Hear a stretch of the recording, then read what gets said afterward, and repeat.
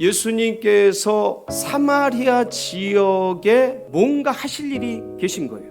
그래서 일부러 유대인들은 들어가지 않았는데 예수님은 이 지역을 들어가시려고 하는 거예요. 그러니까 뭔가 목적한 바가 계시고 뭔가 주 예수 그리스도의 섭리 속에서 해야 할 사역과 사명이 있으셨던 것이죠. 예수님께서 사마리아 성을 쭉 사마리아를 통과하시면서 이 수가성 지역에 이르게 되신 겁니다.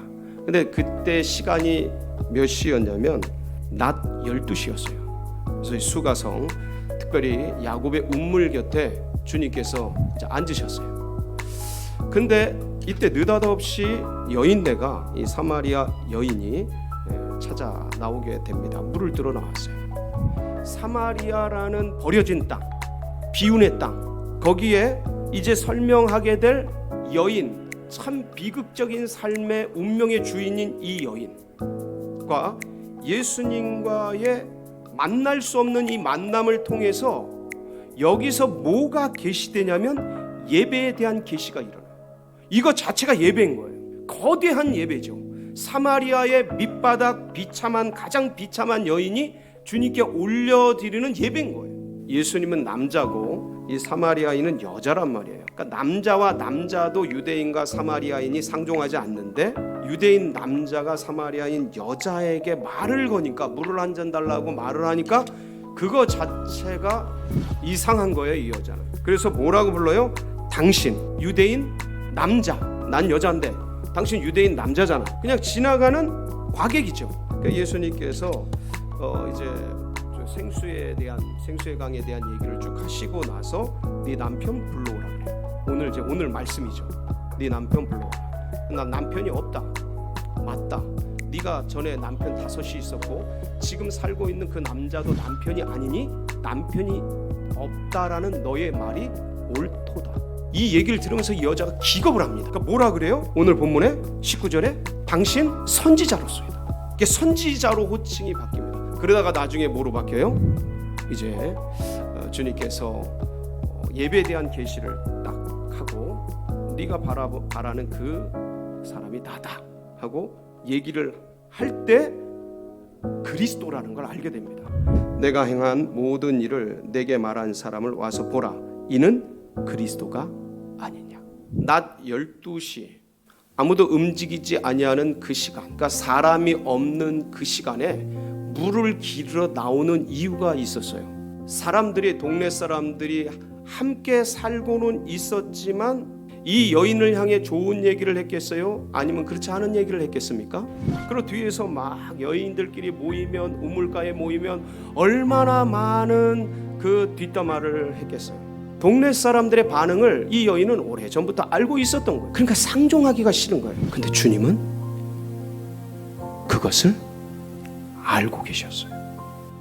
그리고 그 시간 그 우물가로 찾아가신 거죠.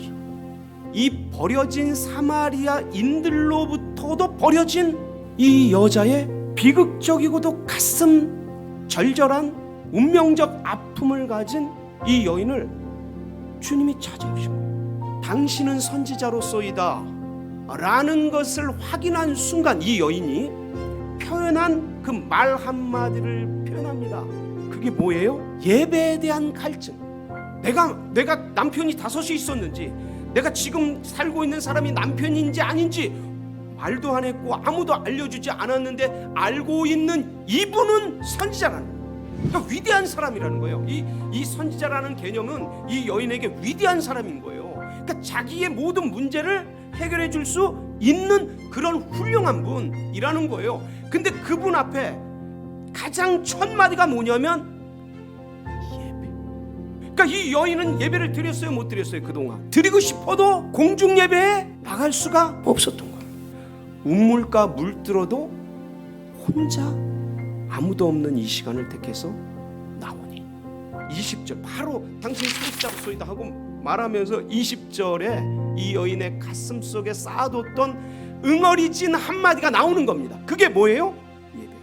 우리 조상들은 이 산에서 예배하였는데 당신들의 말은 예배할 곳이 예루살렘에 있다 하더이다. 그 당신들 유대인들은 예루살렘에 있다 하는데 어느 게 맞습니까? 어디서 예배 드려야 하는 겁니까? 어느 게 옳은 겁니까? 대면 예배가 옳은 겁니까? 비대면 예배가 옳은 겁니까? 그리심산이 맞습니까? 예루살렘이 맞습니까?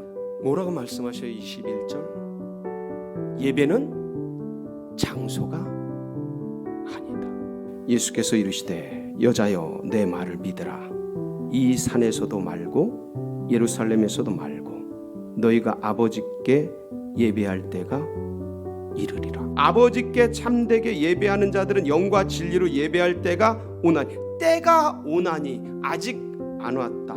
올 것이다. 그런데 그때가 곧 뭐야? 이때라. 그게 그럼 언제냐? 그게 언제입니까? 그게 어느 장소입니까?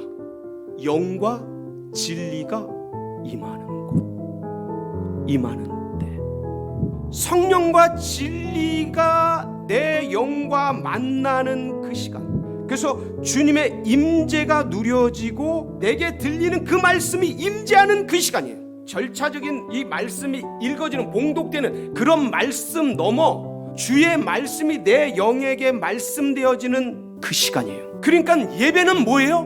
만남인 거예요. 뭐와의 만남? 예수 그리스도와 나와의 만남인 거예요. 영과 영의 만남. 예배는 절차가 아니고 시간이 아니고 장소가 아니고 어떤 형식이 아니라 이거는 그 영을 만나기 위한 하나의 그릇, 하나의 어떤 폼이죠. 본질이 뭐냐면 만남인 거예요. 영을 만나는 거예요. 그러니까 이 메시아를 만나니까 그동안 버려지고 왕따 당해가지고 그 동네 사람들과 상종하지 않던 이 여인이 물가에 물 들어온 양동이를 던져버리고 동네로 뛰어듭니다. 동네 뛰어들어가서 온 동네 사람들에게 자기의 치부를 간증해요. 여기로 와서 나의 지난날에 있었던 일들을 말한 이 메시아, 이분을 보라. 그리스도가 아니냐. 그래서 내 인식이 바뀌는 거예요. 부정적인 것에서 긍정적인 것, 고난 속에서 축복으로, 무리변에서 포도주 되듯이 내 삶 자체의 사고가, 그 생각이 바뀌어져서 주님을 그 삶 속으로 뛰어드는 거예요. 동네 속으로, 왕따시킨 동네 속으로 이렇게 버려진 이 여인이 뛰어들듯이 이 세상 속으로 뛰어드는 거예요. 숨고 피하고, 그전에는 그랬다면 세상 속으로 뛰어들어서 거기서 그 계통에서 정치, 경제, 사회, 문화, 교육, 역사 어떤 분야든지 그 세계 속에서 예수 그리스도를 드러내는 그런 힘을 받는 시간. 그 시간이 무슨 시간이에요? 예배 시간. 지금 영상으로든 산속에서든 개인으로 홀로 있든 다중으로 있든 소그룹 있든 대그룹 있든 지금 내가 신령과 진정으로 성령과 진리로 주님의 영을 만나고 있는 것. 여러분, 이 예배가 예수 그리스도를 만나고 여러분의 삶이 바뀌고 힘을 얻는 그런 복된 시간 되시길 주의 이름으로 축원합니다.